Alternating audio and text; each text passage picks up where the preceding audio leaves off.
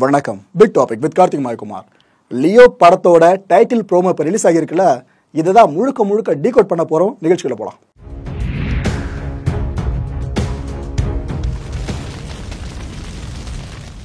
நடிகர் விஜய் அவர்கள் நடிக்க போகிற 67வது படத்தோட டைட்டில் என்ன?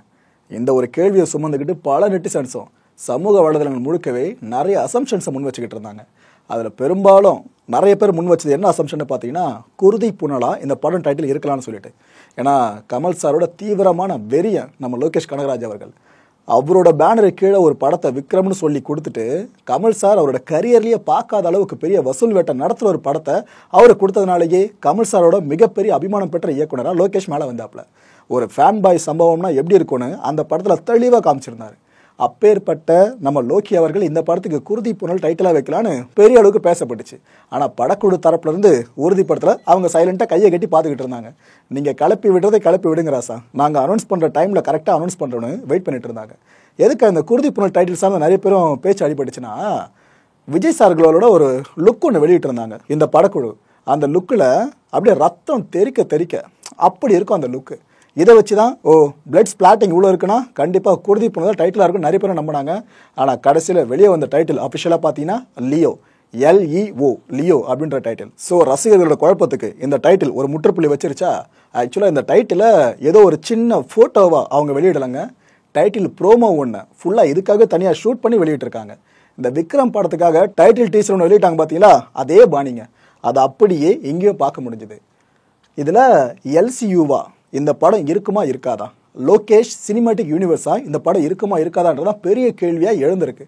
ஆக்சுவலாக இந்த கேள்வியோட காரணம் என்னன்னா, ஃபகத் ஃபாசில் இருக்கார்ல நடிகர், இவர் ஒரு ப்ரெஸ் மீட்டில் பேசுகிறப்ப ஒரு விஷயத்த சொல்லிட்டாருங்க. அதாவது இந்த படத்தில் அவர் நடிக்கலாம்னு மேபின்ற வார்த்தையை போட்டு சொல்லியிருந்தார். ஆனால் அவர் நடிக்க தான் போகிறன்னு உறுதிப்படுத்தலை, படக்குழுவும் உறுதிப்படுத்தலை. இதனாலே நிறைய பேர் என்ன சொல்ல ஆரம்பிச்சிட்டாங்க, ஃபகத் ஃபாசில் நடிக்க போகிறார் போல இருக்கு, அப்போனா இது LCU கீழே தான் வரும்னு பல பேர் பேச ஆரம்பிச்சிட்டாங்க. இந்த ஒரு சந்தேகத்தை இன்னும் வலுக்க வைக்கிற மாதிரி இன்னொரு நிகழ்வு நடந்துச்சு. இந்த படத்தோட பூஜை போடுற செரிமனி இருக்குல்ல, இது சமீபத்தில் நடந்து முடிஞ்சிருந்துச்சு. அந்த செரிமனிக்கு நெப்போலியன் இருக்கார் பாருங்க, வேற யாரும் இல்லை, கைதி படத்தில் ஒரு முக்கியமான போலீஸ் கேரக்டர் வருவார் பாருங்க. அதான் கிளைமேக்ஸ் எல்லாம் கார்த்தி அவர்கள் கூட தோளோடு தோல் நின்று சண்டை போடுவார்ல, அதே போலீஸ்கார் தான். அவர் இந்த ஈவெண்ட்டுக்கு வந்திருந்தாருங்க. ஸோ இவர் இங்கே வந்திருக்கிறத வச்சே நிறைய பேர் சொன்னது, அப்போனா கைதியை கனெக்ட் பண்ணுற மாதிரி ஏதோ சீக்வன்ஸ் இந்த படத்தில் வரப்போகுதுப்பா அப்படின்ட்டு, இது ஒரு LCU படமாக இருக்கும்னு பல பேர் சொல்ல ஆரம்பித்தாங்க.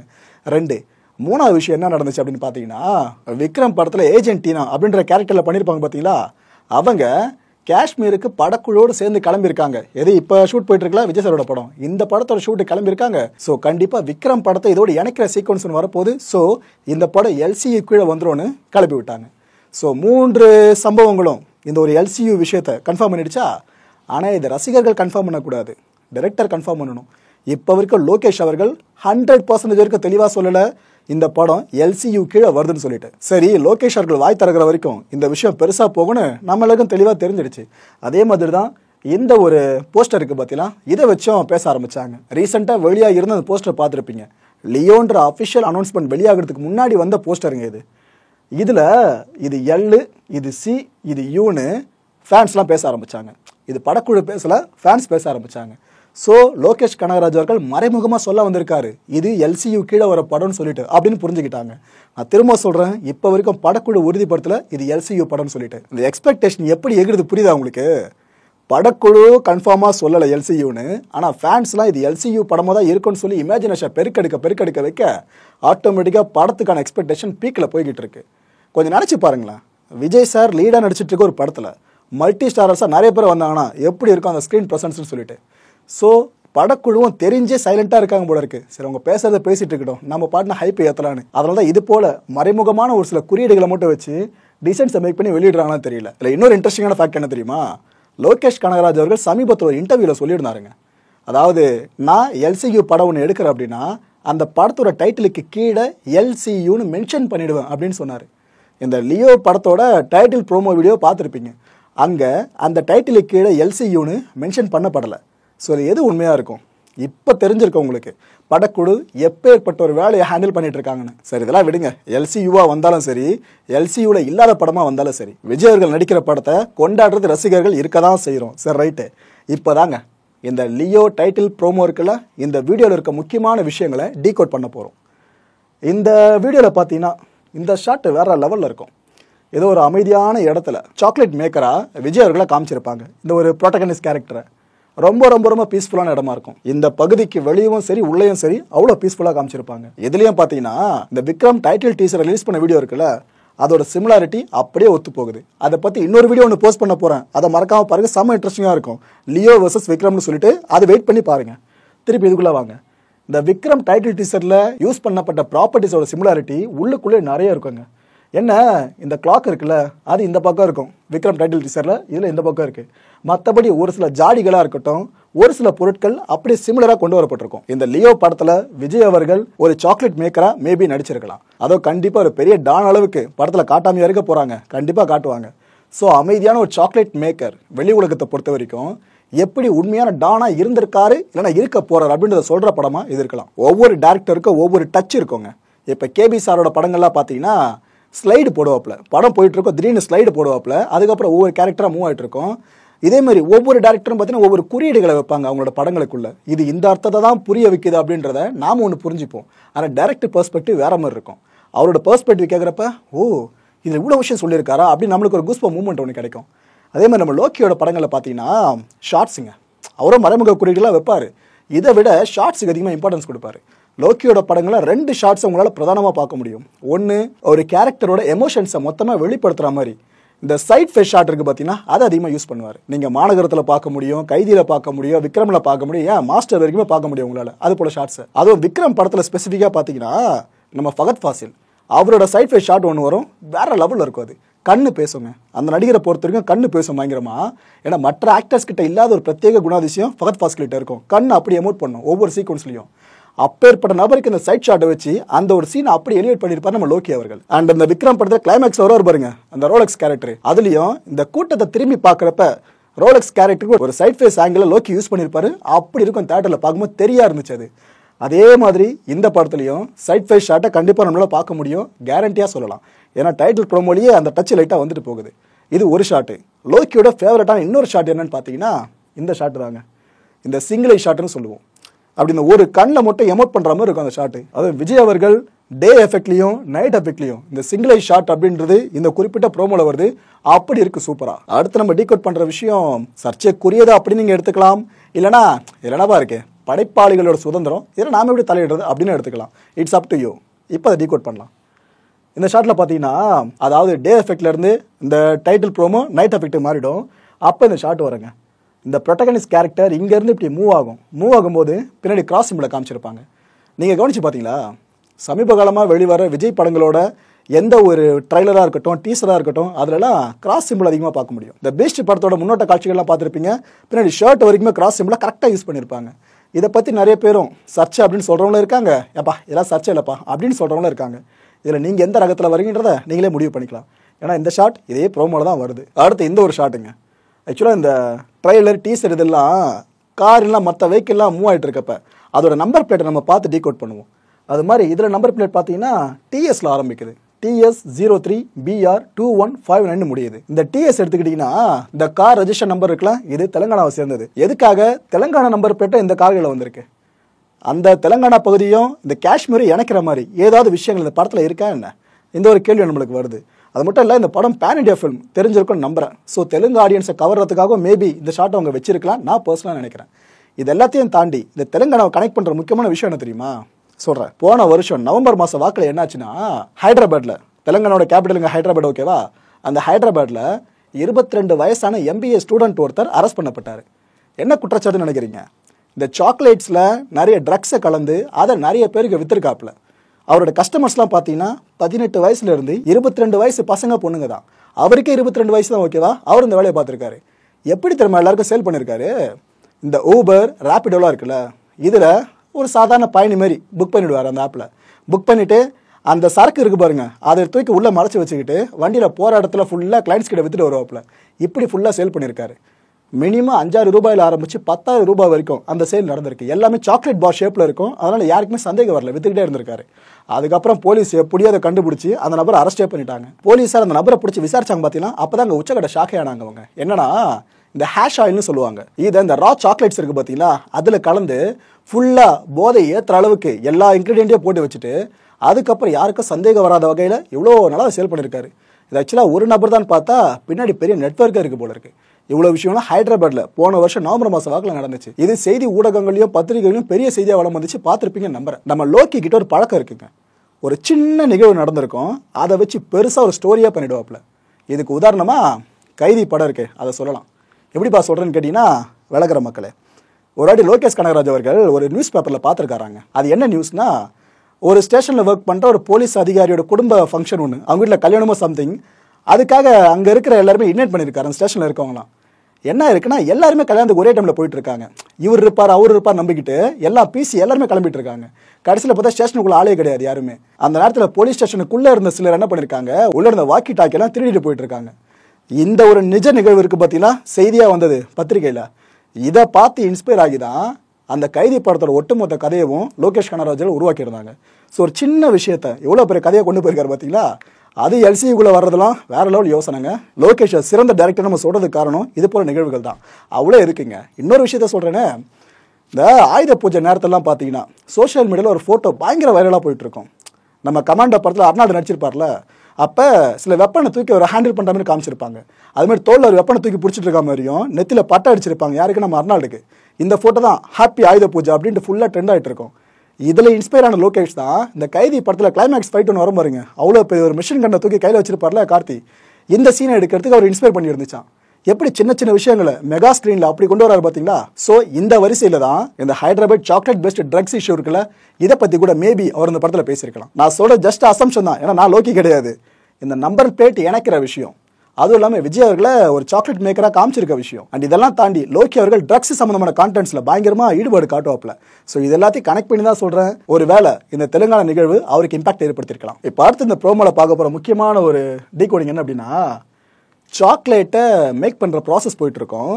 அடுத்தடுத்த ஷாட்டில் பார்த்தீங்கன்னா அப்படியே இந்த வாழை மேக் பண்ணுற ஷாட் ஒன்றதே காமிச்சிட்டே இருப்பாங்க. ஒரு பக்கம் அமைதியாக இந்த சாப்பிட்ற பொருளை உற்பத்தி பண்ணிட்டு இருக்க அதே ப்ரொட்டகனிஸ்ட் கேரக்டர் விஜய் அவர்கள் தான், இன்னொரு பக்கம் வயலன்ஸ்க்கான அந்த ஆயுதத்தை உருவாக்கிட்டு இருப்பாரு. இது அப்படியே ஷார்ட்டாக மாறி மாறி வரும். சூப்பராக பண்ணியிருக்காங்க. உண்மையிலே எடிட்டும் சரி சூப்பராக பண்ணியிருக்காங்க அந்த ப்ரோமோவில். ஸோ இந்த படத்தில் நடிக்கிற இந்த ப்ரொட்டகனிஸ்ட் கேரக்டருக்கு ரெண்டு முகம் இருக்குது. ஒன்று அமைதியான ஒரு முகம், மேபி அவருக்கு ஒரு குடும்பம் இருக்கும் போல இருக்குது. ஸோ அமைதியான ஒரு முகம், சைலண்டாக சாக்லேட் மேக்கராக இருந்துட்டு இருக்க ஒரு முகம். இன்னொரு முகம் இப்பேற்பட்ட ஒரு வயலன்ஸான முகம். என்னப்பா இது ஏதோ ஒரு படத்தில் பார்த்தா மாதிரி இருக்கு, ஒரு ஹாலிவுட் படத்தில் வருமா அப்படின்னு கேட்டிங்கன்னா, நீங்கள் நினச்சது சரிதான். ஆனால் ஹாலிவுட் படத்துலேருந்து அப்படியே எடுத்துட்டாங்க அப்படியே சொல்ல முடியாது. அவர் இன்ஸ்பயர் ஆகி தான் எடுத்திருக்காருன்னு அடிச்சு சொல்ல முடியாது. இதெல்லாம் லோக்கி சொன்னால் மட்டும்தான் உண்டு, யாரும் கிளப்பிட முடியாது. ஆனால் உங்களுக்கு அந்த சந்தேகம் இருந்துச்சுல, அந்த சந்தேகத்தை போக போக நான் தீர்த்து வைக்கிறேன். அது எந்த ஹாலிவுட் படம் சார்ந்து பேசிக்கிட்டு இருக்காங்க, டைம் எடுத்தால் நீங்களே பாருங்கள் இந்த படத்தை. மேபி ஒரு வேளை அந்த படம் இது கூட கனெக்ட் ஆகிருந்துச்சுன்னா உங்களுக்கு ஒரு புரிதல் ஏற்படலாம். அதை நான் போக போக சொல்கிறேன், கொஞ்சம் வெயிட் பண்ணுங்கள். ரைட்டு, அடுத்த ஃப்ரேமுங்க. இந்த ஃப்ரேமை பார்க்குறப்ப எத்தனை பேருக்கு அயன்மேன் ஞாபகம் வந்துச்சு? எனக்கு வந்துச்சுங்க. இந்த ஃப்ரேமை பார்த்த உடனே எனக்கு தோணுது, ராபர்ட் டவுனி ஜூனியர் மாரியே இருக்கப்பா அப்படின்ட்டு. அந்த அளவுக்கு இருக்கும் அந்த படத்தில். அந்த ஷாட் பார்த்தீங்க அப்படின்னா, இந்த கவசத்தை உருவாக்குறதுக்காக ராபர்ட் டவுனி ஜூனியர் அந்த படத்தில் ஒர்க் பண்ணிக்கிட்டு இருப்பாப்புல, சுற்றி எடுத்து அடிக்கிற ஒரு ஷாட் வருங்க. லிட்ரலாக இது அப்படியே இருந்துச்சு. அவ்வளோ சூப்பராக இருக்கும் அந்த ஷாட். இதுவும் அந்த ஷாட்டு குறையாத வகையில் அப்படி சூப்பராக எடுத்திருக்காங்க. அதாவது விஜய் அவர்கள் பார்க்குற பார்வலாக இருக்கு இந்த டைமில் அள்ளுது. இந்த முந்தைய ஷாட்டுக்கு அடுத்த ஷாட்டு இந்த ஷாட்டு தான். நம்ம லோக்கிக்கு அப்படி என்னதான் மனசில் இருக்குன்னு தெரியல, தலையை வெட்டுறதுல மனுஷனுக்கு அவ்வளோ சந்தோஷம் போல இருக்குது. இந்த விக்ரம் படம் பார்த்தீங்களா, அதில் காயத்ரி கேரக்டரோட தலையை வெட்டுவாங்க. இந்த சந்தன கேரக்டரில் பண்ணியிருப்பார்ல விஜய் சேதுபதி அவர்கள், அவர் அந்த படத்தில் அந்த தலையை வெட்டிட்டு வெறும் முண்டத்தை மட்டும் போட்டு போயிருப்பார். அவ்வளோ கோவத்தில் இருப்பார் அந்த அமர் கேரக்டரில். இட் மீன்ஸ் பகத் பாசிலாம் நடிச்சிருப்பாப்ல. அந்த கேரக்டர் மட்டும் அவ்வளோ கோவத்தில் இருந்த சந்தானம் இந்த வேலையை பார்த்துட்டு போயிருப்பார். அதுவும் லோக்கி அவர்கள் ஒரு முறை விளக்குனாரு. அந்த சீன் ஆக்சுவலாக எப்படி அவங்க முதல்ல மேக் பண்ண ஐடியா பண்ணியிருந்தாங்கன்னா, தலையை வெட்டி அதை கையில் பிடிச்சிருக்க வரைக்கும் அந்த ஷாட்டை மேக் பண்ணியிருந்தாங்களா. ஆனால் ரொம்ப வயலன்ஸ் ஹெவியாக இருக்குது அப்படின்றதுனால தான் வெறும் இந்த தலையை வெட்டுற மட்டும் எதுவும் காட்டாமல் அந்த முண்டத்தை மட்டும் அந்த படத்தில் காமிச்சிருந்தாங்களாம். இது மாதிரி தலையை வெட்டுறதுல நம்ம லோக்கிக்கு ஒரு தனி அலாதி இருக்குது போல இருக்குது. எதுக்கு அதை சொல்கிறேன்னா, இந்த டைட்டில் ப்ரோமோவில் பார்த்தீங்கன்னா ஒரு பாம்போட தலை துண்டாக போகும். எத்தனை பேர் இதை நோட் பண்ணீங்கன்னு தெரியல. ஒரு பாம்பு விஜய் அவர்கள் இருக்கிற இடத்த நோக்கி வரா மாதிரியே இருக்கும். அங்கே ஒரு ட்ராப் ஒன்று இருக்கும், விஜய் அவர்கள் செட் பண்ணி வச்சாதான் கண்டிப்பாக இருக்க முடியும். அந்த ட்ராப்பில் அந்த பாம்போட தலை சிக்கி அப்படி துண்டாக எகிருங்க. கரெக்டாக அந்த இடத்துல யாரோட பேர் திரும்ப ப்ளேஸ் பண்ணுறாங்க, இந்த படத்துக்கு சண்டை காட்சிகள் அமைக்கிறாங்களா அன்பறிவு, அவங்களோட பேரை பேஸ் பண்ணியிருந்தாங்க.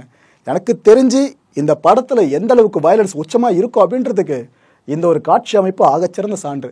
இது கூடவே ஸ்டண்ட் மாஸ்டரோட பேரே உள்ளே வருதுன்னா கொஞ்சம் யோசிச்சு பாருங்கள். ஏன்னா நான் சொல்கிறதுல உங்களுக்கு எக்ஸ்பெக்டேஷனை கண்டிப்பாக ஏற்றி விடும், புரியுது. ஆனால் இந்தளவு யோசிச்சிருக்காரா லோக்கி, அப்போ படத்தில் எந்தளவு யோசிச்சிருப்பார் முழு படத்துலையும் வெயிட் பண்ணி பார்க்கலாம். இந்த பாம்போட தலை துண்டாகிறத 2 விஷயத்தோட நம்ம ஒப்புமைப்படுத்த முடியும். இதை நம்ம டீகோட் பண்ணுறோம் அப்படின்னா அதில் மொதல் விஷயம் என்ன அப்படின்னு பார்த்தீங்கன்னா, இந்த கேரக்டருக்கு, அதாவது இந்த படத்தோட ப்ரொட்டகனிஸ்ட் கேரக்டரான விஜய்க்கு யாரோ நம்ம நோக்கி வந்துகிட்டு இருக்காங்க அப்படின்னு தெரிஞ்சிருக்கு. ஸோ இவர் செட் பண்ணுற ட்ராப் ஏதோ ஒன்று போயிட்டு இருக்கு. அதுக்காக அந்த வெப்பனை கிரியேட் பண்ணலாம், மேபி அவர் பண்ணிக்கிட்டு இருக்கலாம். இவர் செட் பண்ணுற ட்ராப் தான் இந்த ட்ராப்பை ஊமைப்படுத்தியிருக்கலாம். அங்கே தேடி வர பாம்பு இருக்குல்ல, இதுதான் அந்த தேடி வராங்க பாருங்க கார்கள், அவ்வளோ பேர், அவங்கள மென்ஷன் பண்ணியிருக்கலாம். ஸோ இந்த கேரக்டர் செட் பண்ணியிருக்க மரண ட்ராப்பில் சிக்கிறதுக்கு அந்த பாம்புகள் வந்துட்டு இருக்க மாதிரி நாம புரிஞ்சுக்கலாம். ஒன்று. ரெண்டாவது விஷயம், எல்சியு இதோட கனெக்ட் பண்ணுற மாதிரி டீகோட் பண்ணுற விஷயம் என்னன்னா, இந்த விக்ரம் படத்தில் பாம்பை சந்தனம் கேரக்டரோட கம்பேர் பண்ணியிருப்பாங்க. உதாரணத்துக்கு அவர் இந்த வாயை ஒரு பக்கமாக தூக்குற விஷயமா இருக்கட்டும், அடிக்கடி இந்த நாசி துடிப்புகளாக இருக்கட்டும், அவரோட பார்வையா இருக்கட்டும், இதுக்கெல்லாம் மேல அவரோட முதுகுல பார்த்தீங்கன்னா டாட்டோ ஒன்று போட்டிருப்பாப்ல. இதுலயும் 2 பாம்புகள் பின்னி பிணைஞ்சிருக்க மாதிரி இருக்கும். இது மருத்துவ குறியீடா பார்க்கப்படும். உலகளாவிய அளவில் WHO வேர்ல்டு ஹெல்த் ஆர்கனைசேஷனோட சிம்பிளிசமும் அதான் பார்ப்பாங்க. இது ஒரு கிரீக் மித்தாலஜி எடுக்கப்பட்ட ஒரு சிம்பிளுங்க. இது நிறைய விட நம்ம பேசியிருக்கோம், அதை விட்டுருங்க. ஸோ அந்த ஒரு சந்தனம் கேரக்டர் விக்ரம் படத்துல செத்து போயிட்ட விஷயத்த இந்த ஒரு விஷயம் மூலமா அவங்க சொல்ல வராங்களான்னு தெரியல. இந்த பாம்போட தலை துண்டாகுதுல, இட் மீன்ஸ் பாம்பா சிம்பிளிசம் பண்ணப்பட்ட விஜய் சேதுபதி உயிர் பிரியற மாதிரி எடுத்துக்கலாம். ஆனா அந்த படத்துல இந்த பாம்பு யார் ட்ராப்பை செட் பண்ணியிருப்பா? ஆப்வியஸ்லி விக்ரம். இந்த நேரத்தில் ஒரு ஆடியோ புக்கை உங்களுக்கு சஜஸ்ட் பண்ண விரும்புகிறேன். கலைக்கடல் கமல்ஹாசன். இந்த ஆடியோ புக்கை நீங்கள் முழுமையாக கேட்டு முடிச்சிட்டிங்க அப்படின்னா, கமல் சார் இவ்வளோ விஷயங்களை பண்ணியிருக்காரா, சினிமா அப்படின்ற ஒன்றத்தை கமல் சார் எப்படி தூக்கி பிடிச்சிருக்காரு அப்படின்ற உண்மை உங்களுக்கு புரியும். அப்பேற்பட்ட இந்த ஆடியோ புக்கை எளிமையான தமிழில் குக்கி எஃப்எம்ல கேளுங்க. இது ஒரு ஆடியோ புக் லைனிங் பிளாட்ஃபார்ம். இதில் நிறைய கேட்டகரியில் தமிழ் புக்ஸ் இருக்கு. வாரத்துக்கு ஒரு முறை புதுசு ஆடியோ புக் அண்ட் புக்ஸ் மாதிரி அப்டேட் பண்ணிக்கிட்டே இருக்காங்க. பிளே ஸ்டோர்ல இந்த ஆப்புக்கான ரேட்டிங் பார்த்தீங்கன்னா 4.5. டிஸ்கிரிப்ஷனில் குக்கி எஃப்எம் டவுன்லோட் லிங்க் கொடுத்துருக்கேன். அண்ட் வருஷத்துக்கு முழுமையாக கட்டணம் செலுத்தி குக்கி எஃப்எம்ல சந்தாதாரராக மாற முடியாதவங்களுக்காக 50% வரைக்கும் சிறப்பு சலுகை அனௌன்ஸ் பண்ணப்பட்டிருக்கு. இதன்படி பார்த்தீங்கன்னா முதல் மாசத்துக்கு 49 ரூபாய் மட்டும்தான். அண்ட் மோர் ஓவர் டிஸ்கிரிப்ஷன் ஒரு ஃபீட்பேக் லிங்க் கொடுத்துருக்கேன். அந்த லிங்கை கிளிக் பண்ணி ஒரு ஃபார்ம் ஒன்று ஓப்பன் ஆகும். அதில் கேட்கப்பட்டிருக்க கேள்விகளுக்கு உரிய பதில் நீங்க கொடுத்தீங்க அப்படின்னா குக்கி எஃப்எம் அதோட சேவை தரத்தை உயர்த்திக்கும். குக்கி எஃப்எம் கேளுங்க, மனதிற்கு பிடித்ததை. அண்ட் இது ஒரு பெய்ட் ப்ரமோஷன். இப்போ பார்க்க போகிறது ரொம்ப முக்கியமான ஒரு ஷாட்டுங்க.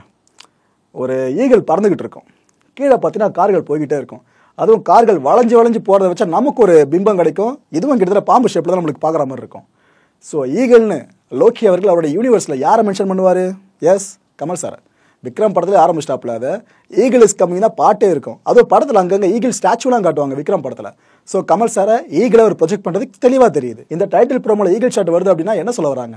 ஒருவேளை இது எல்சியூ படமாக இருந்து கமல் சாரை இந்த விக்ரமை கனெக்ட் பண்ணுற மாதிரி ஏதாவது சீக்வன்ஸ் இந்த படத்தில் வருமா என்ன? ஒன்று அப்படி எடுத்துக்கலாம். அப்படி இல்லைனா இந்த பாம்பு ஷேப்பில் வளைஞ்சு வந்துட்டு இருக்கு பற்றில இவ்வளோ கார்கள் வரிசையா, இந்த எல்லாரையுமே இட் மீன்ஸ் இந்த பாம்புகளை போட்டு தள்ளுறதுக்காகவே ஒரு ஈகிள் அங்கே வெயிட் பண்ணிட்டு இருக்குன்னு அர்த்தம். அந்த ஈகிளாக தான் இந்த படத்தில் லியோவா நடிச்சிருக்காருல நம்ம புரோட்டகனிஸ்ட் விஜய் அவர்கள், அவரை நம்ம எடுத்துக்கலாம். லியோ இந்த டைட்டில் எதுக்காக லோக்கி அவர்கள் எந்த ஒரு படத்துக்கு சூஸ் பண்ணியிருக்கலாம்? இந்த கேள்விக்கான பதில் அவர் சொன்னால் மட்டும்தான் தெரியும். இதுக்கு முன்னாடி நான் சொன்ன பாருங்க, அதையும் அவர் சொன்ன மட்டும் தான் கன்ஃபார்ம் பண்ண முடியும். நமக்கு தோணுன வரைக்கும், நம்ம சிற்றறிவுக்கு எட்டின வரைக்கும் நம்ம டீகோட் பண்ணிட்டு இருக்கோம், அவ்வளோதான். என்ன பொறுத்தவரைக்கும் 2 அசம்ஷன்ஸை முன் வைப்பாங்க. எதுக்காக இந்த டைட்டில் இந்த படத்தை சூஸ் பண்ணியிருக்காங்கன்னு சொல்லிட்டு. அதில் முதல் அசம்ஷன் என்னன்னு பார்த்தீங்கன்னா, லியோனா லயன்னு சொல்லுவோம் நம்ம, ஓகேவா? ஸோ விஜய் அவர்களை லயன் நம்ம எடுத்துக்கலாம். ஏன்னா இந்த டைட்டில் ப்ரோமோலே பார்த்தீங்கன்னா இந்த ஒரு காயின் சிம்பிள் மாதிரி காட்டுவாங்க. இதில் ஒரு லயன் இருக்க மாதிரி ப்ரொஜெக்ட் ஆகும். ஸோ லயன் தான் விஜய் அவர்கள். அடுத்ததா ஈகிள் கமல் சார் ஆப்வியஸ்லி. அடுத்ததா டெல்லி கேரக்டர், கைதி படத்தில் டெல்லி ஃபுல்லாக நைட்லேயே நடந்துகிட்டு இருக்க வர கதை. அதை பேஸ் பண்ணி பார்த்தீங்கன்னா இந்த ஆள் இருக்கு பார்த்தீங்களா, அதில் எடுத்துக்கலாம் ஆந்தங்க.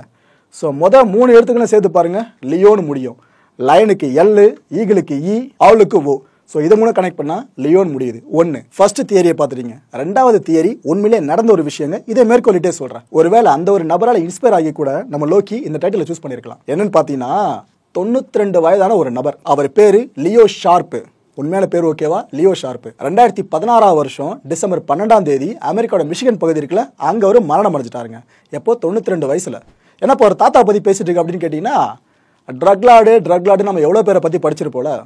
இதில் வயசான ஒரு ட்ரக்லாடுனா இவர் தான். உலகத்தை ஒரு கடத்தில் ஆட்டம் காண வச்சிருந்தவர். செகண்ட் வேர்ல்டு வாரில் ஒரு ஹீரோவாக திகழ்ந்தவருங்க அவர். அப்பேற்பட்ட நபர் தான் ட்ரக்லாடாக மாறி அவ்வளோ பேரை மூக்கு மேலே விரல வைக்கிறோட சம்பாதிக்க ஆரம்பித்தவர். அப்பேற்பட்ட ஒரு நல்ல அனுபவமாக வாழ்ந்து ஒரு சில நேரம் சிறைவாசத்தையும் அனுபவிச்சுட்டு அதுக்கப்புறம் மரணத்தோட விளிம்பில் வந்து மரணமும் அடைஞ்சிருந்தார். இவருக்கு நிக்நேமே பார்த்தீங்கன்னா எல் டாட்டா அப்படின்னு சொல்லி அழைப்பாங்க.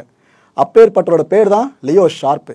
எதுக்காக? அவரால் இன்ஸ்பயர் ஆகி கூட நம்ம லோக்கி அவர்கள் இந்த பெரிய படத்துக்கு டைட்டிலாக வச்சிருக்க கூடாது. ஜஸ்ட் அசம்ஷன் தான், வச்சிருக்க கூடாது. யோசிச்சு பாருங்க. எதுக்காக இந்த நான் இதை ஸ்ட்ராங்காக சொல்கிறேன்னா, இந்த விக்ரம் படத்தில் விஜய் சேதுபதி அவர்களை எந்த ஒரு உண்மையான கேரக்டரோடு ஒப்புமைப்படுத்தி கிரியேட் பண்ணியிருப்பார்னு நினைக்கிறீங்க லோக்கி? இதை நான் 100% அடிச்சு சொல்கிறேன். இது அவரே கூட ஒத்துக்கிட்டு இருப்பார்னு நினைக்கிறேன். என்னன்னா இந்த பேப்லோ எஸ்கோபார் இருக்கார்ல, அவர் ஸ்டோரியில் வேறு லெவலில் இருக்கும். டைம் இருந்தால் படித்து பாருங்கள். அவரை மாதிரி ஒரு கவர்மெண்டால கூட அவ்வளோ பணத்தை சம்பாதிச்சு வச்சிருக்க முடியாது. அப்படி வச்சிருந்த மனுஷன். அவரோட சீரீஸை பார்த்துருப்பீங்கன்னு நினைக்கிறேன், பாப்லோ எஸ்கோபார் சீரீஸ்லாம். இந்த விக்ரம் படத்துல இந்த ஜாஃபர் கேரக்டர் டிஜே பண்ற மாதிரி காட்டுவாங்க பாருங்க. அப்போ ஒரு பாட்டு ஒன்று ஆரம்பிக்கும் பார்த்தீங்களா, பாப்லோ எஸ்கோபார்னு சொல்லிட்டு. ஆக்சுவலாக அந்த சீரீஸ்ல இருந்து எடுத்த டைலாக் தான். அவ்வளோ சூப்பராக அந்த சீரீஸ், மறக்காம பாருங்க. பாப்லோ எஸ்கோபார் எப்படி மனுஷன் வாழ்ந்திருக்காப்புல, ட்ரக்ஸை எப்படி தான் கடத்தி கொண்டு போய் கவர்மெண்ட் அமைக்கிறதுக்கு, தனி கவர்மெண்ட் அமைக்கிறதுக்கு முற்பட்டாரு. அது இதுன்னு பல விஷயங்களை காமிச்சிருப்பாங்க. இன்டர்நேஷனலில் ஒரு பெரிய ட்ரக் லார்டா இப்போ வரைக்கும் அந்த வரலாற்றில் நீக்கமர நிறைஞ்சிருக்க ஒரு பேர் தான் பாப்லோ எஸ்கோபார். ஸோ அவரோட காஸ்டியூம் இருக்குல்ல, அவர் போடுற ட்ரெஸ்ஸஸ்லாம், இது எல்லாத்தையும் பேஸாக வச்சு தான் சந்தனம் கேரக்டரோட ஒட்டுமொத்த வெளிப்புற தோற்றங்களை வடிவமைக்கப்பட்டிருந்துச்சு. சந்தனம் இந்த கோடு போட்டால் சட்டமெல்லாம் போட்டு வர பார்த்தீங்களா, இது எல்லாமே கிட்டத்தட்ட அங்கேருந்து இன்ஃப்ளூயன்ஸ் ஆனது தான். ஸோ உண்மையிலேயே வாழ்ந்த இந்த பாப்லோ எஸ்கோபரை பேஸாக வச்சுக்கிட்டு சந்தனம் கேரக்டர் விக்ரமில் எப்படி லோக்கி கிரியேட் பண்ணியிருந்தாரோ, ஏன் அதே மாதிரி இந்த உண்மையிலேயே வாழ்ந்த ட்ரக் லார்டான லியோ ஷார்ப்பின் தாக்கமா இந்த லியோ கேரக்டர் படத்துல அவர் உருவாக்கி இருக்க கூடாது. இந்த லியோ கேரக்டர் பேர் இருக்கு பாத்தீங்களா, இதை பத்தி பேச அவ்வளவு இன்ட்ரெஸ்டிங்கா இருக்கும். ஏன்னா இப்ப அடுத்த வரப்போற ஃபேக்டும் வேற லெவல்ல இருக்கும். இந்த மாஃபியா கேங்லாம் இருக்கு பாத்தீங்கன்னா உலகம் முழுக்கவே, இதுல ஜோடியாக் சைன்ஸ் இருக்கு. எத்தனை பேர் கண்டுபிடிச்சிருக்கீங்க? இதை நம்ம ராசி வருது பாருங்க, கடகம் மகரம் அது இதுன்னு சொல்லிட்டு, இது மாதிரி ஒவ்வொரு மாஃபியா கேங்குக்கும் இந்த அனிமல்ஸை பேஸா வச்சுக்கிட்டு இந்த ராசிகளை குறிப்பிட்டிருப்பாங்க. ஏன்னா நம்மளோட ராசிகள்ல பார்த்தீங்கன்னா ஒவ்வொரு ராசிக்கும் ஒவ்வொரு அனிமல் ப்ரொஜெக்ட் ஆகும். உதாரணத்துக்கு இப்போ நான் மகர ராசி, எனக்கு இந்த ஆடு சிம்பிளை போட்டிருப்பாங்க. அது மாதிரி உங்க ராசிக்கும் ஒரு சில ஜீவராசிகள் இருக்கும், தேடி பாருங்க. ரைட்டு, இந்த மாஃபியா கேங்கோட ஜோடியாக் சைன்ஸ் எடுத்துக்கிட்டீங்கன்னா, த பாஸ் யார் உண்மையிலேயே பாஸோ அவர் தான் லியோவா. சிம்மம் ராசி இருக்கு பார்த்தீங்கன்னா, சிங்கம் அதில் குறிப்பிடுவாங்க. கேப்ரிகான் பார்த்தீங்கன்னா இந்த actual secret boss. Secret boss நிறைய பேர் இருக்க மாதிரி காட்டுவாங்க, ஆனால் ஆக்சுவலான சீக்ரெட் பாஸ் ஒருத்தரா மட்டும் தான் இருக்க முடியும். அவரை குறிக்கிறது தான் கேப்ரிகான். அடுத்ததா the only person who knows the real boss. இதுக்கு என்ன அர்த்தம்னா, உண்மையான பாஸ் யாரு, அதாவது லியோ யாரு அப்படின்றது ஒரே ஒருத்தருக்கு மட்டும்தான் தெரியும். அவரை ஸ்கார்பியோன்னு சொல்லுவாங்க. ஸ்கார்பியோ எங்கேயோ கேள்விப்பட்ட மாதிரி இருக்கா, இப்போ கனெக்ட் பண்ணுறேன். விக்ரம் படம் கிளைமேக்ஸில் அங்கங்கே தேல் சிம்பிளை நீங்கள் யார்கிட்ட பார்த்தீங்க? ஸ்டெட்டில் பார்த்துருப்பீங்க, கழுத்தில் பார்த்துருப்பீங்க. எஸ், பிடிச்சிருப்பீங்க நம்புறேன். நம்ம ரோலெக்ஸ் கேரக்டர் சூரியர்கள் பண்ணியிருப்பார் பாருங்க. ஸோ அவர் ஸ்கார்பியோ தான் போர்ட்ரேட் பண்ணுறது மாஃபியா கேங்கில். அப்படின்னா இந்த ஸ்கார்பியோ கேரக்டரான அந்த ரோலெக்ஸுக்கு மட்டும் தான் தெரியும் த பாஸ் லியோ யார் அப்படின்றது. ஸோ விஜய் யாருன்றது இவருக்கு மட்டும் தான் தெரியும் போல இருக்கு. அண்ட் இந்த 3 பேர் இருக்காங்க பாருங்க, லியோ, கேப்ரிகான், ஸ்கார்பியோ. இவங்க எல்லாரையும் தாண்டி அடுத்தடுத்த லெவலில் ஒவ்வொருத்தராக வராங்க. இந்த மாஃபியா கேங் ஜோடியாக் சைன்ஸை பற்றி படிச்சிங்கன்னா அதை வச்சு ஒரு படம் பண்ணலாம், அவ்வளோ இன்ட்ரெஸ்டிங்காக இருக்கும். ஒரு லோக்கி இதை படிச்சுட்டு தான் இந்த எல்சியூவை கொண்டு வந்திருக்காரான்னு தெரியல. இந்த மணிரத்னம் சாரோட படங்களில் பார்த்தீங்கன்னா படம் எந்த அளவு ஓடுதோ இல்லையோங்க, ஆனால் தேட்டரை நாங்கள் மறக்காம போய் பார்த்துருவோம். காரணம் ஃப்ரேமிங். செதுக்கி வச்சிருப்பாப்புல ஒவ்வொரு காட்சியோட ஃப்ரேமிங் பார்த்தீங்கன்னா. மற்ற இயக்குனர்கிட்ட ஒரு சினிமாட்டோகிராஃபர் ஒர்க் பண்ணுறது வேற, ஆனால் மணிசார் கிட்ட ஒர்க் பண்ணோம் அப்படின்னா சினிமாட்டோகிராஃபர் அள்ளி குதிச்சு ஓடுவாங்க. கண்டிப்பாக ஒர்க் பண்ணணும், ஏன்னா அப்படி காமிச்சிருவாப்புல அந்த சினிமாட்டோகிராஃபரோட இன்னொரு பெர்ஸ்பெக்டிவை அவருக்கே திருப்பி காமிச்சிருவாப்புல. பார் எவ்வளோ டேலண்டட் நீ அப்படின்னு சொல்லிட்டு. அப்பேற்பட்ட ஒரு படைப்பாளி தான் மணிரத்னம் சார் அவர்கள். அவர் படத்துக்கு அப்புறம் நான் ஃப்ரேமிங்கில் பார்த்து மிரட்டது பார்த்தீங்கன்னா நம்ம லோக்கியை சொல்லலாம். இது உதாரணத்துக்கு ஒரு ஃப்ரேமுங்க. இந்த டைட்டில் ப்ரோமோ வந்துருக்குல்ல லியோ, அதில் வர ஒரு ஃப்ரேமு சூப்பராக பண்ணியிருக்காங்க. ஏதோ ஹாலிவுட் ரேஞ்சுன்னு பாருங்க, அதை தூக்கி சாப்பிட்டுருச்சுன்னே சொல்லலாம். அப்பேற்பட்ட ஃப்ரேம் தான் இது. இது மாதிரி நிறைய அழகான ஃப்ரேம்ஸை உங்களால் இந்த டைட்டில் ப்ரோமோவில் பார்க்க முடியும். அடுத்து ஒரு இன்ட்ரெஸ்டிங்கான ஒரு டீகோடு தான். இந்த ஒரு குறிப்பிட்ட இடத்துக்குள்ளே இருந்தபடியே தான் அந்த Leo character, Vijay protagonist character, அந்த வாழை உருவாக்குறது, அந்த வேலையெல்லாம் பண்ணிக்கிட்டு இருந்திருக்கலாம். அந்த பகுதியை நோக்கி தான் இவ்வளோ கார்கள் அணிவகுத்து வர மாதிரி காமிச்சிருப்பாங்க. ஒவ்வொரு கார்களாக வந்து குவிஞ்சிக்கிட்டு இருக்கும். இந்த கார்கள் வர்றதை விட்டுருங்க, இந்த கார்களுக்கு முன்னாடி ஒரு வாகனம் நின்றுக்கிட்டு இருக்கும், ஜீப் மாடலில் இருக்கும். அது எதிர் திசையை நோக்கி நின்றுகிட்டு இருக்கும். ஸோ விஜய் அவர்கள் பயன்படுத்துகிற வாகனமா இது இருக்கலாம்.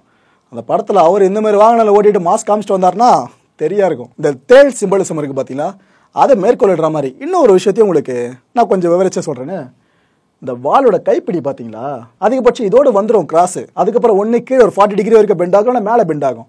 ஆனால் இந்த வாளுக்கு பார்த்தீங்கன்னா இந்த தேல் கொடுக்கு ஷேப்லேயே வந்திருக்கோங்க. ஸோ இது நம்மால் இதெல்லாம் சொல்ல வராப்பிலையா லோக்கி, இல்லை இது தற்செயலாக அமைஞ்சதா? இட்ஸ் அப் டு யூ மக்களே, நீங்கள் என்ன யோசிச்சோ அதை மைண்டில் வச்சுக்கோங்க. அடுத்த ஒரு கேள்வி, இந்த கார்கள்லாம் அணிவகுத்து வந்துகிட்டு இருக்குல்ல, அது ஒரு ரேஞ்ச் ரோவர், தார், இது போல வந்துகிட்டு இருக்கும் ஃபுல்லாக. இதெல்லாம் அந்த ப்ரொட்டகனிஸ்ட் கேரக்டர் நோக்கி வந்துகிட்டு இருக்கா அப்படின்னா, அந்த கார்களுக்குள்ள முகமூடி அணிஞ்ச பண்ணி இருக்காங்களே, இவங்கெல்லாம் அந்த விக்ரம் கேங்கா, அதாவது கமல் சாரோட கேங்கா? ஏன்னா அவங்க தான் முகமூடி போட்டு ஃபுல்லாக அலைவாங்க, அவங்க தான் தேடி வராங்க அப்படின்னு கேட்டிங்கன்னா அங்கே தான் ஒரு குழப்பம் மக்களே. ஏன்னா இந்த மாஸ்கோட பேட்டர்ன் வேறு, அந்த படத்தில் அவங்க போட்டு அந்த மாஸ்கோட பேட்டர்ன் வேறு. அவங்களுக்கு மவுத்தில் ஹோல்டு இருக்க மாதிரி காமிச்சிருப்பாங்க இந்த மாஸ்கில், ஆனால் இதில் மவுத்தில் ஹோல்டு இருக்காது. ஸோ இவங்க விக்ரமோட ஆட்களாக இல்லாமல் ரோலெக்ஸோட ஆட்களாக இருந்தாங்கன்னா, ஏன்னா அந்த விக்ரம் படத்தில் ஒரு ஷாட் வரும், ரோலெக்ஸ் ஆட்களோட கார்கள்லாம் அணிவகுத்து வர பாருங்க ஃபுல்லாக பிளாக் ஷேடில். அதே மாதிரி தான் இந்த டைட்டில் ப்ரோமோல கார்கள் பிளாக் ஷேட்ல அணிவகுத்து வந்துகிட்டு இருக்கு. ஸோ ரோலக்ஸோட ஆட்கள் தான் லியோவை தேடி வராங்களா? இந்த லியோ படத்துல ட்ரக்ஸை பேஸ் பண்ணி ஸ்டோரி போக போதா இல்ல கோல்டை பேஸ் பண்ணி ஸ்டோரி போக போதா அடுத்த குழப்பமும் எழுந்திருக்கு. ஏன்னா இந்த லியோவோட டைட்டில் ப்ரோமோல ஒரு டெக்ஸ்ட்லாம் பாத்தீங்களா, ஃபுல்லா கோல்டு பேட்டர்ன்லயே யூஸ் பண்ணிருப்பாங்க. அதுவும் இல்லாம அதோட அல்டிமேட் ஸ்டேஜ்ல கூட ஒரு காயின் மாதிரிலாம் காட்டுவாங்க. இந்த லியோ இருக்க மாதிரி அதுவும் கோல்டு பேட்டர்ன்ல இருக்கும், இதுவும் கோல்டுலேயே காமிச்சிருப்பாங்க. ஸோ இதை வச்சு தான் இந்த ஒரு குழப்பமே வருதுங்க. அண்ட் இன்னொரு முக்கியமான ஒரு விஷயம், கடைசி ஃப்ரேமில் பார்த்தீங்கன்னா அந்த டைட்டில் ப்ரோமோவில் அப்படியே கோல்டு காயின் மாதிரி காமிச்சிட்டு சைடில் அப்படியே கொஞ்சம் அது பிரிஞ்சு வர மாதிரி காட்டுவாங்க. உள்ள சாக்லேட் தெளிவாக தெரியும் நம்மளுக்கு. ஸோ சாக்லேட்டை வச்சு தான் ஏதோ ஒரு சம்பவம் இந்த படத்தில் இருக்குன்னு அப்பட்டமாக நம்ம லோக்கி அவர்கள் இந்த ஷாட்டில் சொல்ல வர மாதிரி இருக்கு. அந்த 90s கிட்லாம் கடையில் பார்த்துட்டு போகும் பாருங்க, கோல்டு சாக்லேட் இந்த கோல்டு கலர்லேயே இருக்கும், பிச்சு நம்ம சாப்பிடும் பாருங்க. ஸோ இதை கனெக்ட் பண்ணுற மாதிரி விஷயங்கள் எதுனா இந்த படத்துக்குள்ள இருக்குமா என்ன? அடுத்து ஒரு டீகோடுங்க.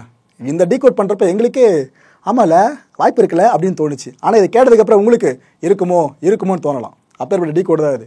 என்னன்னா, கைதி படத்தை நல்லா வாட்ச் பண்ணிங்களா, நல்லா கூர்ந்து கவனிச்சிங்களா? அதில் தான் ஜெயிலில் இருந்த அனுபவத்தை பற்றி அந்த டில்லி கேரக்டர் எக்ஸ்பிளைன் பண்ணுற மாதிரி இருக்கும் ஒரு இடத்துல. அப்போ அவர் என்ன சொல்லுவார்னா, பேக்கரியில் ஒர்க் பண்ணுற மாதிரி சொல்லியிருப்பாப்ல. அவர் ஜெயிலுக்குள்ளே இருக்க பேக்கரியில் ஒர்க் பண்ணியிருந்தாருனா ரைட்டு, வெளியில் வேற என்ன பேக்கரியில் ஒர்க் பண்ணியிருந்தாருன்னா அந்த டைலாக் அதை ப்ரொஜெக்ட் பண்ணிச்சுன்னா எப்படி மாறும்? ஏன்னா லியோல முழுக்க காட்டுறது கிட்டத்தட்ட பேக்கரி செட்டப் மாதிரி தான் இருக்கு. ஸோ லியோ கிட்ட இந்த டெல்லி ஒர்க் பண்ணிருப்பாரா? அது இவங்களை நினைக்கிற இன்னொரு புள்ளியை பத்தி சொல்றோம், அதுவும் இன்ட்ரெஸ்டிங்கா இருக்கும். இந்த கைதி படத்துல கடைசியா அந்த பேர் போடுவாங்க பாத்தீங்களா, என் கிரெடிட்ஸ், அது போடுறப்ப கார்த்திக் கேரக்டர் கையில் ஒரு கட்டப்பையை தூக்கிட்டு அவரோட மகளோடு சாலையில நடந்து போற மாதிரி ஒரு ஃப்ரேம் ஒன்று வரும். அந்த கட்டப்பையை நல்லா நோட் பண்ணி பார்த்தீங்கன்னா உள்ள சின்ன கப்புலாம் இருக்கும். இந்த ஸ்கூல் பசங்க ஜெயிச்சா கொடுப்பாங்க பார்த்தீங்கன்னா சின்ன கப்ஸ்லாம், அதெல்லாம் இருக்கும். இதெல்லாம் ஒரு ஜெயிலுக்குள்ள கபடி ஆடி அதில் வாங்கின பிரைஸ், அதில் தான் அந்த கட்டப்பையில தூக்கிட்டு போட்டு போற மாதிரி இருக்கும். அந்த ஷார்ட்ஸ்லாம் படத்தில் வரலாம். நான் லோக்கி மட்டும் ஒரு சொல்லியிருந்தாரு, ஆமாங்க டெல்லி வந்து கபடி நல்லா ஆடுவாப்ல, அதில் ஜெயிச்ச கப்புகளை தான் உள்ள வச்சிருக்காம நாங்கள் டீட்டெயில் பண்ணியிருந்தோம் அப்படின்னாரு. பயங்கரமாக வச்சிருக்காரு லோக்கி அவர்கள். இந்த கபடியில் டெல்லி ஜித்து அப்படின்னா தமிழ்நாட்டிலேயே கபடின்ற ஒரு விளையாட்டுக்கு பயங்கரமாக மவுசு கிடைக்க காரணமாக இருந்த படம் கில்லி. அந்த படத்தில் விஜய் அவர்களுக்கு கிடைச்ச அந்த ஸ்கோப் இருக்கு பாருங்க, கபடியில் வேர்ல்டு வந்துட்டாருன்னா வேற லெவலில் இருக்கு அதுன்னு சொல்லிட்டு மாசால நிறைய டைலாக்ஸ். இதோட இம்பாக்டை மாஸ்டர் படம் வரைக்கும் பார்த்தோம். நம்ம மாஸ்டரும் நம்ம லோக்கியோட படம் தான், விஜய் சார் நடித்த படம் தான். அதில் ஒரு கபடி சீக்வன்ஸ் ஒன்று வரும் பாருங்க, வேற லெவலில் அல்லும். ஸோ அந்த கபடியை பேஸ் பண்ணி கூட எல்சிஓ கனெக்ட் பண்ண நிறைய வாய்ப்புகள் இருக்கு. அப்படின்னு நடந்துச்சுன்னா தியேட்டர் தெரிக்கும். இந்த லியோட டைட்டில் ப்ரோமோ டீகோட் பண்ணும்போது எங்களுக்கு ஒரு விஷயம் தெரிய வந்துச்சுங்க. இதை ஆக்சுவலாக எங்களால் உறுதிப்படுத்த முடியல. அப்பேற்பட்ட விஷயம் தான். இதை பற்றி தெரிஞ்சவங்க யாராவது இருந்தீங்கன்னா நீங்கள் தாராளமாக கமெண்ட் செக்ஷனில் சொல்லலாம், நாங்கள் தெரிஞ்சுப்போம், அவ்வளோதான். ஏன்னா எல்லாம் தெரிஞ்சு யாரும் இல்லையே, எங்களுக்கு தெரிஞ்சவங்க சொல்லியிருக்கோம், இது எங்களுக்கு குழப்பம் நீடிச்சுக்கிட்டு இருக்கு. ஆனால் இன்ட்ரெஸ்டிங்கான ஃபேக்ட் இருந்துச்சு, நான் சொல்கிறேன் என்னன்னு சொல்லிட்டு. இதை உருவாக்கிட்டு இருக்க கத்தியை அந்த ஹீட்டில் அப்படியே ரா சாக்லேட்டுக்குள்ள இந்த ப்ரோட்டகனிஸ்ட் கேரக்டரான விஜய் இறக்குற மாதிரி காமிச்சிருப்பாங்க. ஆக்சுவலாக இந்த ப்ராசஸ் பேர் என்னன்னா குவின்ச்சிங் அப்படின்னு சொல்லுவாங்க. ஒரு வாழை உருவாக்கிட்டு அது அந்த ஹீட்டில் இருக்கும் பார்த்தீங்களா, அப்போ பொதுவாக இந்த ஆயில் இருக்கும் பாருங்க, அதில் தான் குவின்ச் பண்ணுவாங்களாம். ஆனால் அதுக்கு பதிலாக இந்த டைட்டில் ப்ரோமோல பார்த்தது ரா சாக்லேட்டில் குவின்ச் பண்ணியிருப்பாங்க. நீங்கள் ஆயிலில் குவின்ச் பண்ணிங்கன்னா பிரச்சனை கிடையாது. ஆனால் அந்த ரா சாக்லேட்டில் குவின்ச் பண்ணிங்க அப்படின்னா உடையிற தன்மைக்கு அந்த குறிப்பிட்ட வாழை போகும்னு சொன்னாங்க. இது எங்களுக்கு கேட்குறப்ப அவ்வளோ இன்ட்ரெஸ்டிங்காக இருந்துச்சு. ஆனால் இதில் எங்களுக்கு புரிதல் பெருசாக ஏற்படலை. உங்களால் முடிஞ்சால் இதுக்கான 100% ஃபைண்டிங் என்னன்றதை கண்டுபிடிச்சி எங்களுக்கு தாராளமாக விளக்கலாம். இந்த லியோ படத்துக்காக விஜய் அவர்கள் உடம்பை ரெடி பண்ணுறாரா என்னன்னு தெரிலங்க. எதை வச்சு சொல்கிறேன்னா, இந்த டைட்டில் ப்ரோமோல இந்த ஷாட்டை பார்த்தீங்களா, ஒரு பேக்கில் வரும் அந்த ஷாட்டு. ஆக்சுவலாக அவரோட ஷோல்டர் கப் இருக்குல்ல, அது பின்னாடி விசிபிளாக இருக்கும், ட்ரைசெப்ஸ் வரைக்கும் விசிபிளாக இருக்கும்.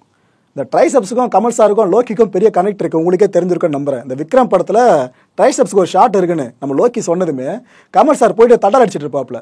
உண்மையிலே நடந்த விஷயம், அவர் வீடியோவில் வெளியிட்டு இருந்தார், பார்த்துருப்பீங்க. ஏன்னா அந்த ஒரு டெடிகேஷன் லெவலுங்க கமல் சாருக்கு. இந்த சீக்வன்ஸ் இந்த ஃப்ரேமில் இதெல்லாம் வருதுன்னா நான் அதுக்கு ரெடியாக இருக்குன்னு சொல்லிட்டு தட்டல் அடிச்சுட்டு வந்து நிற்பாப்ல. அது வந்து டிஷர்ட்லாம் தூக்கிட்டு இருக்கும் அந்த சீனில் பார்த்தீங்கன்னா. ஸோ அந்த ஒரு கனெக்ட் அவங்களுக்குள்ளே இருக்குது. இந்த இடத்துலையும் நம்ம லோக்கி அவர்களுக்கு ட்ரைசெப்ஸ் மேலே எந்த ஈர்ப்புன்னு இங்கே தெளிவாக பார்க்க முடியுது. இதில் விஜய் சாரோட கட்ஸும் தெரியும் லைட்டாக வெளியே. ஸோ இவர் தனியாக ஒர்க் அவுட் இந்த படத்துக்காக பண்ணிட்டு இருக்காரான்னு தெரியலங்க. பண்ணார்னா வர லெவலுங்க. இவரோட ஃபேன்ஸுக்கு செம்ம ட்ரீட் காத்துக்கிட்டு இருக்குன்னு அர்த்தம். இந்த விக்ரம் படத்தோட டைட்டில் டீசரில் பார்த்தீங்கன்னா முழுக்க டே எஃபெக்ட்ல எடுத்திருப்பாங்க.